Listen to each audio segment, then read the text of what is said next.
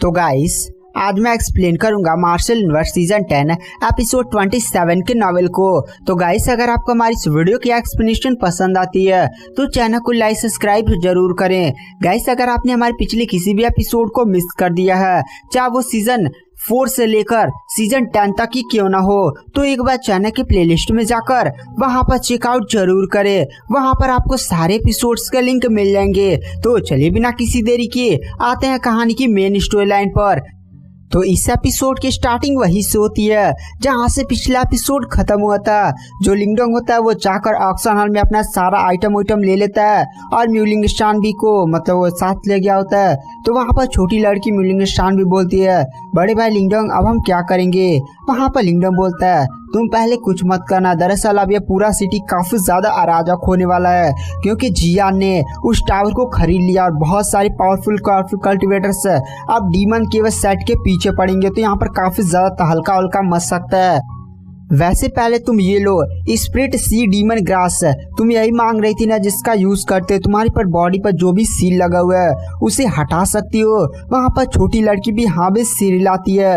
वहाँ पर लिंगडोंग उसे दे देता और कहता है इसका उपयोग करो और अपनी बॉडी पर जो सील लगा ना उसको हटा लेना।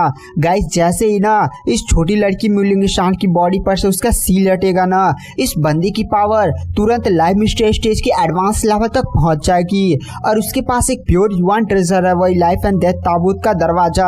और उस दरवाजे के साथ ये बहुत ही आसानी के साथ परफेक्ट परफॉर्म स्टेज के स्टार्टिंग लेवल के कल्टिवेटर को पीट पाट सकती है, मतलब एकदम हरा उड़ा सकती है। लड़की इतनी ज्यादा जीनियस है। तो वहां पर लिंगडोंग इसलिए इस लड़की की बॉडी पर सील हटवा देना चाहता था क्योंकि एक परफेक्ट परफॉर्म स्टेज के स्टार्टिंग लेवल के कल्टिवेटर को पीटना एक काफी ज्यादा बड़ी उपलब्धि होती है।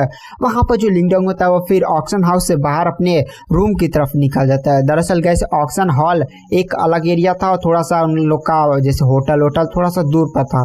तो वहां पर लिंगडोंग ऑक्शन हॉल से बाहर निकल रहा होता, तभी उसे डीमन की वे सेट का जियान मिल जाता है। वहां पर जियान की नजर भी लिंगडोंग पर पड़ती है। वहां पर जियान हंसते हुए लिंगडोंग की तरफ आता और कहता है, क्या हालत है, तुम्हारी इतनी हिम्मत हो गई है कि तुम मेरे सामने आ रहे हो, तुम्हें मुझसे डर नहीं लगता क्या।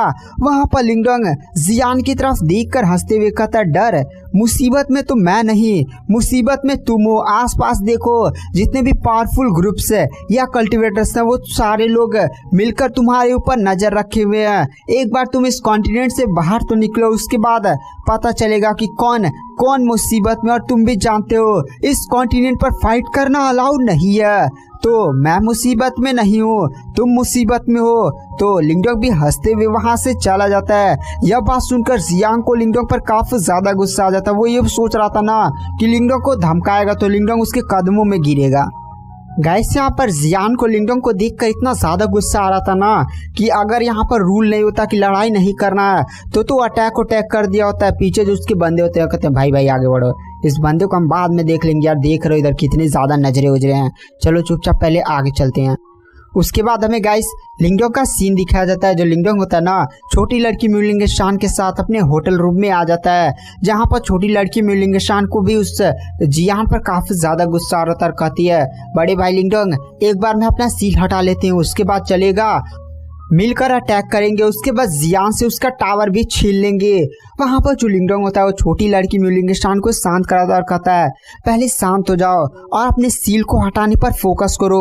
वैसे मैं भी उस पपेट को कंट्रोल करने का ट्राई करता हूँ, उसके बाद हम कुछ टाइम बाद अच्छे मौके का इंतजार करेंगे क्योंकि अगर हम सीधे ही उन डीमन के सेट के जियान पर अटैक करेंगे तो काफी ज्यादा बड़ी मुसीबत आ जाएगी। जैसे मान लो हमने उसे टावर छीन लिया तो जो बाकी बंदे थे वो हम पर पीछे पड़ जाएंगे। तो इससे अच्छा हम एकदम अच्छे मौके का इंतजार करेंगे, लड़ाई होने दो।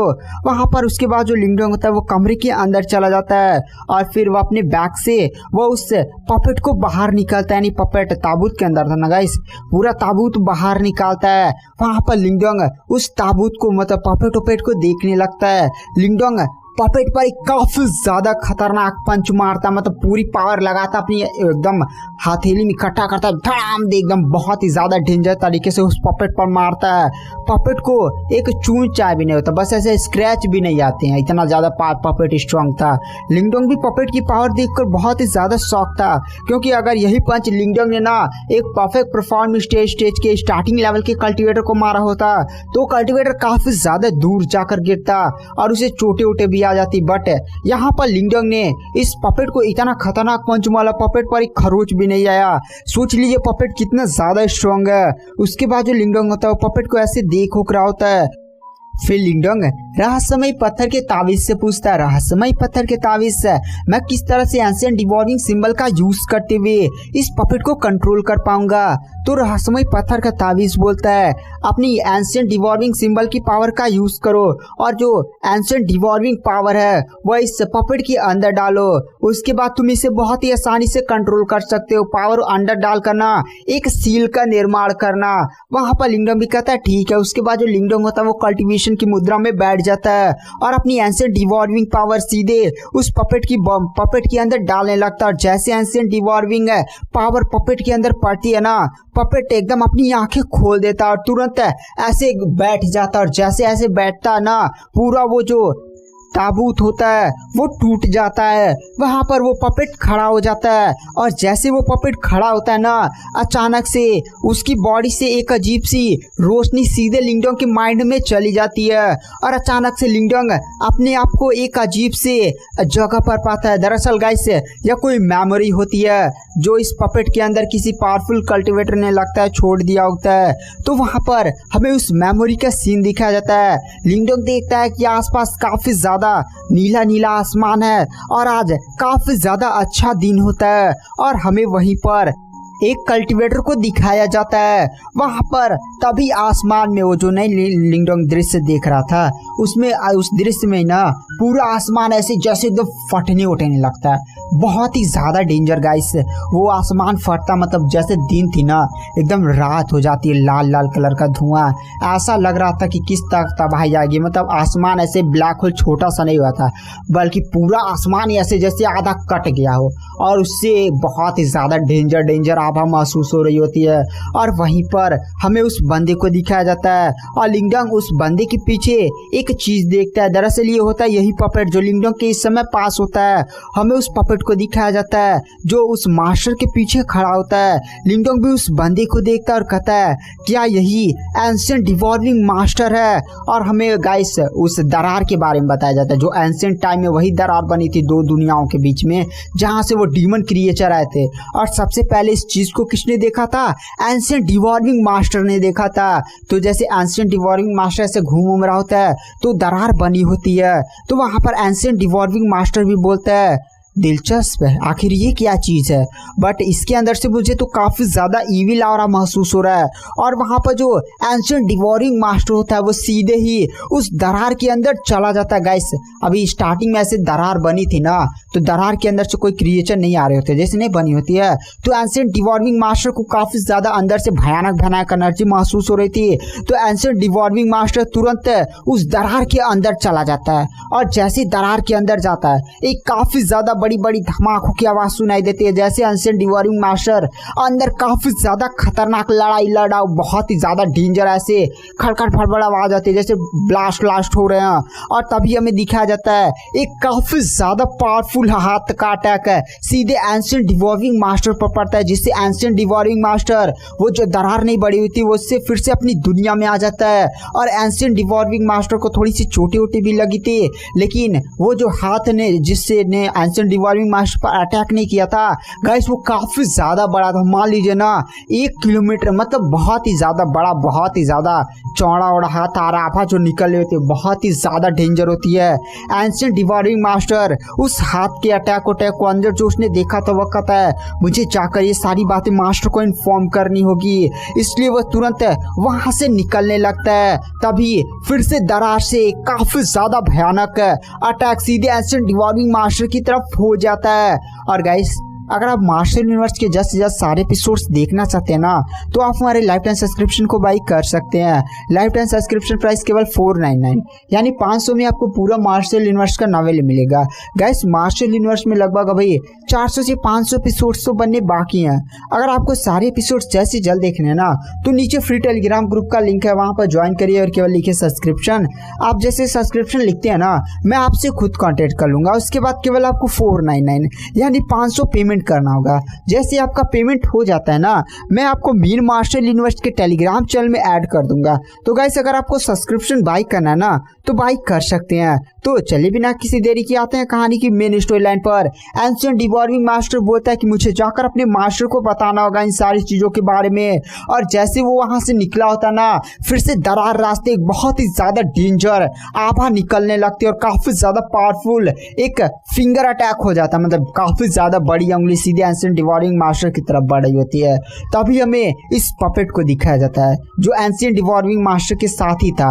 वो पपेट सीधे आगे बढ़ता और जो अटैक नहीं हो रहा था, उस अटैक को सीधे अपने ऊपर ले लेता है और पूरे अटैक को डिस्ट्रॉय कर देता है। लेकिन ये जो पपेट ने ये अटैक को रोका होगा था, उसमें पपेट काफी ज्यादा घायल हो जाता है और समुद्र के अंदर गिर जाता है। तो गाइस हमें यहाँ पर पता चलता है जो एंशिएंट डिवॉल्विंग मास्टर था ना, वो डीमन सी के कहीं एरिया में से घूम रहा होता है। और वो दरार जब बनना शुरू नहीं हुई थी, तो ऐसे तुरंत नहीं पूरा ऐसे बन गए थे। तो ऐसे खड़खड़ कर जो आसमान को चीरता होता है दरार बनता, तो वैसे दरार बन रहे थे। तो एंशिएंट डिवॉल्विंग मास्टर अंदर घुस गया था। मैं सोच लिए डीमन क्रिएचर की दुनिया में घुस गया था और उसने अंदर से जितने भी ईमो क्रिएचर से सबसे फाइट किया और बचकर भी वहां से निकल गया। उसके बाद जाकर समझिए एंशिएंट ने अपने मास्टर को बता दिया, उस गॉड लाइक कल्टिवेटर को। तो ऐसे युद्ध हुआ था और हमें आगे की कहानी और भी पता चलेगी आने वाले एपिसोड्स में। और ये जो एंशिएंट डिवॉल्विंग मास्टर का पपेट था, वो लास्ट अटैक जब एंशिएंट डिवॉल्विंग मास्टर वहां से निकल रहा था, तो उसके पीछे काफी ज्यादा पावरफुल उंगली का अटैक नहीं हुआ था। तो इस पपेट ने उस पूरे अटैक को झेल लिया था। उस पूरे अटैक को झेलने के कारण यह पपेट खराब हो गया था। समझे पपेट ने काफी ज्यादा क्षति होती लग गई थी, जिसके कारण ये पपेट समुद्र में गिर गया था और इसी पपेट को समुद्र के अंदर से निकाला गया था। तो आप पूरी कहानी आपको इस पपेट की पता चल चुकी होगी। और गाइस वो जो अटैक उंगली वाला नहीं हुआ था, सोच लीजिए कितना ज्यादा भयानक था। और उस पूरी अटैक को इस पपेट ने रोक लिया था। यानी इस पपेट की अगर पूरी पावर, मतलब एंशिएंट टाइम में जैसा पपेट था ना, उस लेवल तक अगर इसे पहुंचा दिया जाए, तो इस पपेट के पास लमसम री इनकारनेटर लेवल के अच्छे खासे कल्टिवेटर को जान से मारने की भी क्षमता होगी। तो आप समझ सकते हैं इस पपेट की पावर क्या है। लेकिन यह पपेट अभी क्षतिग्रस्त है। जैसे नहीं वहां से एंशिएंट डिवॉल्विंग मास्टर को भी टाइम नहीं मिला होगा, वो उतनी सारी दरारें बढ़ती जा रही होती, दूसरी दुनिया के दरवाजे खुले होते हैं।